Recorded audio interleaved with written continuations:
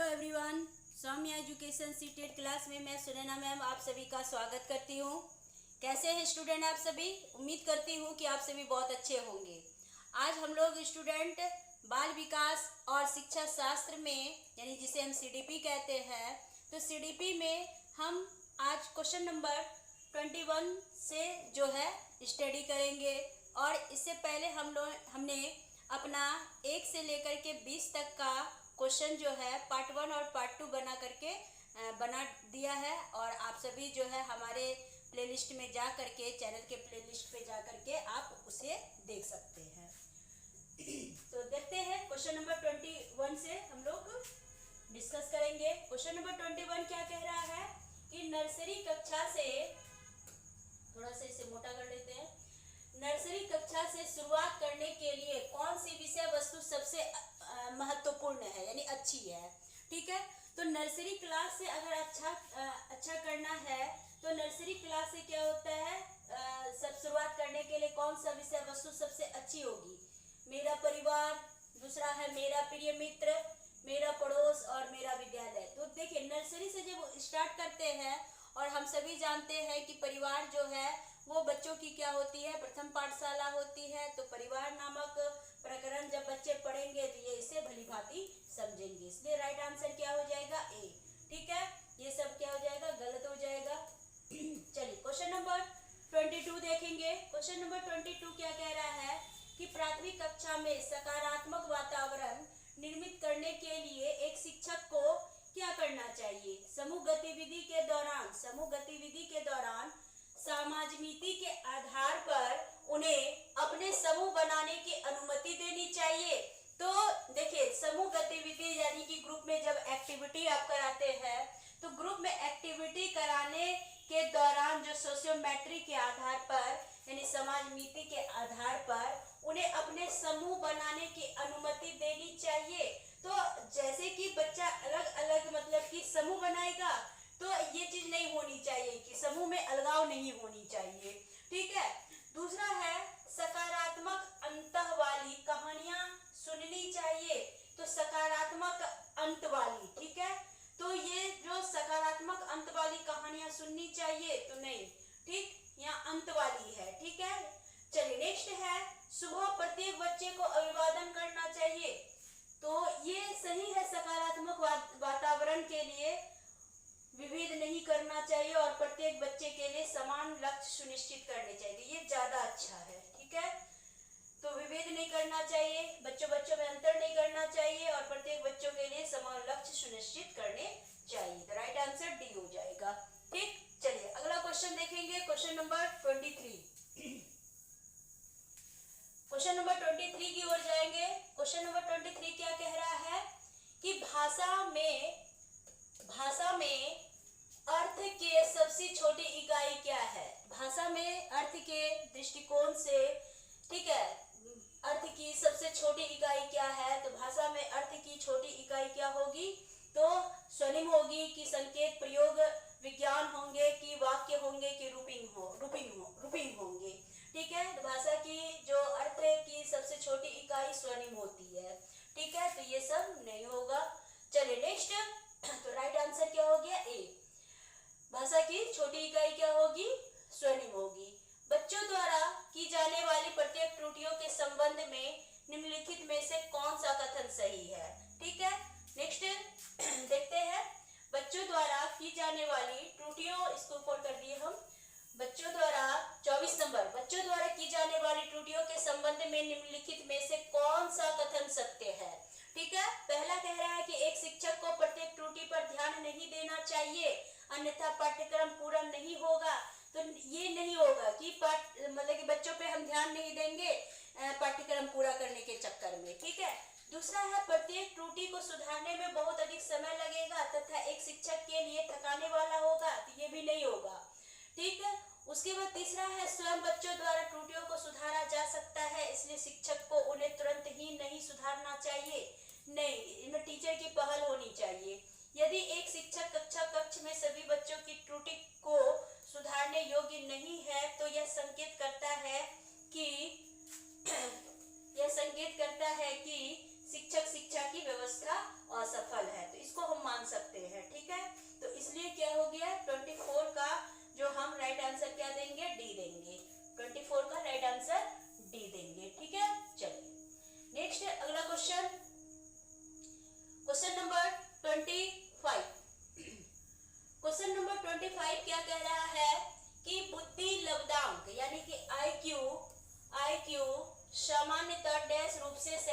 निष्पादन से संबंधित होते हैं। ठीक है, तो हमेशा ये देखेंगे कि जब भी हम आईक्यू की बात करते हैं तो ये हमेशा क्या होता है, यानी कि सामान्यतः उच्च रूप से क्या होते हैं, यानी कि जो बच्चे में जितनी आईक्यू होते हैं उनका वो पूरा रूप से क्या करते हैं, उससे किसी भी कंसेप्ट से या प्रॉब्लम से क्या करते हैं, कोरिलेट करते हैं। तो ये क्या होगा, उच्च होगा, ना कि मध्यम, ना कि पूर्ण, ना कि कम से कम। ठीक है, तो इसलिए राइट आंसर डी। चलिए अगला क्वेश्चन देखते हैं। अगला क्वेश्चन क्या है, अगला क्वेश्चन है 26 की ओर हम लोग चल रहे हैं। तो 26 क्या कह रहा है बच्चा कि सीखने के लिए आकलन निम्नलिखित में से ध्यान है सिवाय किसके, विद्यार्थियों की आवश्यकता के लिए, विद्यार्थियों की त्रुटियों के लिए, विद्यार्थियों की अधिगम शैलियों के लिए या विद्यार्थियों की क्षमता के लिए। ठीक है, तो यहाँ विद्यार्थी की आवश्यकता होगी तभी विद्यार्थी क्या करेंगे, इसे सीखेंगे। ठीक है, तो आवश्यकता की पूर्ति करने के लिए हम क्या करते हैं, सीखते हैं। तो वहाँ क्या होता है, किसके लिए सीखना, तो आवश्यकता के लिए सीखना। तो यानी कि यहाँ के लिए, तो विद्यार्थी की आवश्यकता है, त्रुटियां नहीं होगी, अधिगम शैलियां नहीं, और विद्यार्थी की क्षमता के जो है वहाँ अधिगम का हो जाएगा। ठीक है, तो इसलिए यहाँ अधिगम के लिए होगा। ठीक, 26 का ए नंबर क्या होगा, राइट आंसर होगा। चलिए अगला बढ़ते हैं क्वेश्चन नंबर 27 की ओर।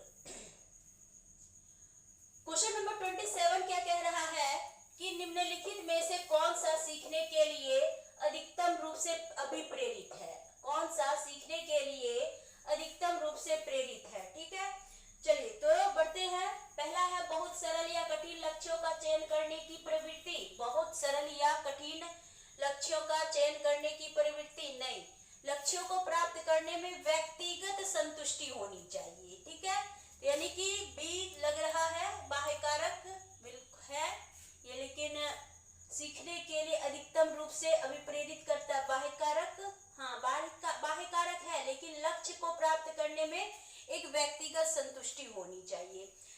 नेक्स्ट है असफलता से बचने के लिए अभिप्रेरणा, ये नहीं होगा। ठीक है, तो लक्ष्य को प्राप्त करने में व्यक्तिगत जो संतुष्टि होगी ये सीखने के लिए अधिकतम रूप से क्या होगा, अभिप्रेरित होगा, यानी मोटिवेट बच्चा को करेगा। चलिए अगला क्वेश्चन,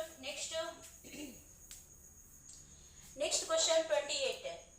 क्वेश्चन नंबर 8 में हम देखेंगे, कह रहा है कि बहुबुद्धि। ठीक है, क्या कह रहा है कि बहुबुद्धि सिद्धांत निम्नलिखित निहितार्थ देता है, किसके, संवेगात्मक बुद्धि के, बुद्धि लब्धि से संबंधित नहीं है, बिल्कुल संबंधित है। संवेगात्मक बुद्धि जो होते हैं ये बुद्धि लब्धि से क्या होते हैं, जुड़े हुए होते हैं, इसलिए ये नहीं होगा। बुद्धि प्रक्रमण संक्रियाओं का एक विशिष्ट समुच्चय है जिसका उपयोग एक व्यक्ति द्वारा समस्या समाधान के लिए किया जाता है, ये बिल्कुल सही है। ठीक है, चलिए नेक्स्ट इसका और ऑप्शन हम देख लेते हैं। ठीक है, 28 का 3 नंबर देखेंगे, कह रहा है कि विषयों को विभिन्न तरीकों से प्रस्तुत किया जा सकता है, तो ये भी नहीं है। ठीक है, विविध तरीकों से प्रस्तुत किया जा सकता है, बिल्कुल किया जा सकता है, लेकिन ये चीज जो है बी में जो है समाहित है। उसके बाद है विविध तरीकों से सीखने का आकलन प्रस्तुत किया जा सकता है। चलिए सबसे ज्यादा जो मतलब प्रभावी है वो बी नंबर है। ठीक है, तो बी नंबर में क्या कहा गया है कि बुद्धि प्रक्रमण, यानी कि बुद्धि के प्रक्रमण संक्रिया का एक विशिष्ट समुच्चय है, यानी कि जैसे जैसे समस्या वैसे वैसे हम क्या करते हैं, बुद्धि का प्रयोग करते हैं। ठीक है, तो इसलिए यहाँ क्या हो जाता है कि यहाँ ये एक समुच्चय है। ठीक है, जिसका उपयोग क्या होता है, व्यक्ति द्वारा समस्या समाधान करने के लिए किया जाता है, तो इसलिए इसका हमने राइट आंसर बी ज्यादा अच्छा समझा। चलिए नेक्स्ट आगे बढ़ते हैं। Question number 29। क्वेश्चन नंबर 29 में देखेंगे, कह रहा है कि 16 वर्षीय बच्चा है जिसका बुद्धि लब्धि परीक्षण में 75 अंक प्राप्त करता है, तो उसकी मानसिक आयु क्या है, मेंटल एज क्या होगी। ठीक है, तो मेंटल एज हमें निकालना कह रहा है, तो हम सभी जानते हैं आईक्यू बराबर क्या होता है। ठीक है। MA बटे CA मल्टीप्लाई 100, यानी कि मेंटल एज बटे क्रॉनिकल एज मल्टीप्लाई 100। तो IQ कितने नंबर लाने की है? 75 नंबर लाने की है, तो 75 दे दिए। मेंटल एज उनका किनका है? निकालना है, मेंटल एज हमें निकालना है, ठीक। क्रॉनिकल एज कितना है? तो 16 वर्ष है, मल्टीप्लाई 100। तो हम क्या करेंगे? मेंटल एज निकालेंगे। तो मेंटल एज बराबर क्या हो जाएगा? 75 गुना 16 बटे 75 गुना 16 बटे 100। 25 दिए 75, 25 चौके 100, 4 चौके 16, तो हो गया 3 गुना 4 यानी कि 12 वर्ष जो है बच्चा का क्या होगा? मेंटल एज होगा। ठीक है, कोई दिक्कत? समझ में आ गई आप सबको? चलिए अगला क्वेश्चन देखते हैं, इसे मिटाते हैं। तो 16 देखते हैं कि है 12 है कि नहीं है। चलिए 12 बी में है, तो बी इज राइट आंसर। चलिए आगे बढ़ते हैं। Next question, question number 30। Question number 30 क्या कह रहा है कि एक जुड़वा भाइयों में से एक को सामाजिक आर्थिक, एक जुड़वा भाइयों में से एक को सामाजिक आर्थिक ओहो एक मिनट, एक जुड़वा भाइयों में से एक को सामाजिक आर्थिक रूप से धनाढ्य परिवार द्वारा गोद लिया जाता है और दूसरे को एक निर्धन परिवार द्वारा। 1 वर्ष के बाद उनके बुद्धि लब्धांक के बारे में निम्नलिखित में से क्या अवलोकित होने की सर्वाधिक संभावना है? ठीक, सर्वाधिक संभावना। तो पहला है कि धनी सामाजिक आर्थिक परिवार वाले लड़के की अपेक्षा निर्धन परिवार वाला लड़का अधिक अंक प्राप्त करेगा, ऐसी बात नहीं है। ठीक है, कि धनी सामाजिक जो बच्चे होंगे उसकी IQ मतलब कि ज्यादा होगी या किसी की कम होगी, तो ऐसी बात नहीं होती है। ठीक है, चलिए नेक्स्ट देखते हैं। तो ये 1 नंबर तो नहीं होगा, 1 नंबर को हम कट कर देते हैं। ठीक, दूसरा है आपका कि सामाजिक आर्थिक स्तर बुद्धि लब्धांक को प्रभावित नहीं करती है। सही बात है कि सामाजिक आर्थिक स्तर जो है ये बुद्धि लब्धि को प्रभावित नहीं करती है, IQ को प्रभावित नहीं करती है कि गरीब है अमीर है या जातीयता के आधार पर हम अगर कहते हैं कि उच्च वर्ग या निम्न वर्ग की बात, तो ये IQ को प्रभावित नहीं करता है। ठीक है, गरीब बच्चा भी जो है उनकी वो IAS IPS बन सकता है, अच्छे अच्छे पदों पर आसीन हो सकता है और अमीर भी हो सकता है। तो इसमें कोई भी आर्थिक स्तर और सामाजिक की बात करें तो जैसे कि निम्न वर्ग भी क्या हो सकते हैं? उच्च बुद्धि वाले हो सकते हैं।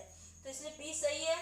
निर्धन परिवार वाले लड़कों की अपेक्षा धनी आर्थिक सामाजिक परिवार वाला लड़का अधिक अंक प्राप्त करेगा, नहीं, ऐसी कोई संभावना नहीं होती है। दोनों समान रूप से अंक प्राप्त करेंगे, नहीं, दोनों में इक्वलिटी नहीं होगी। ठीक है, तो इसलिए बी नंबर क्या होगा? सामाजिक आर्थिक स्तर बुद्धि लब्धांक को प्रभावित नहीं करता है, तो राइट आंसर क्या हो जाएगा? बी हो जाएगा। तो चलिए स्टूडेंट, आज हम लोगों ने 20 से लेकर के 30 तक के क्वेश्चन को सॉल्व किया। ये आपका जो है CDP का पार्ट 3 है।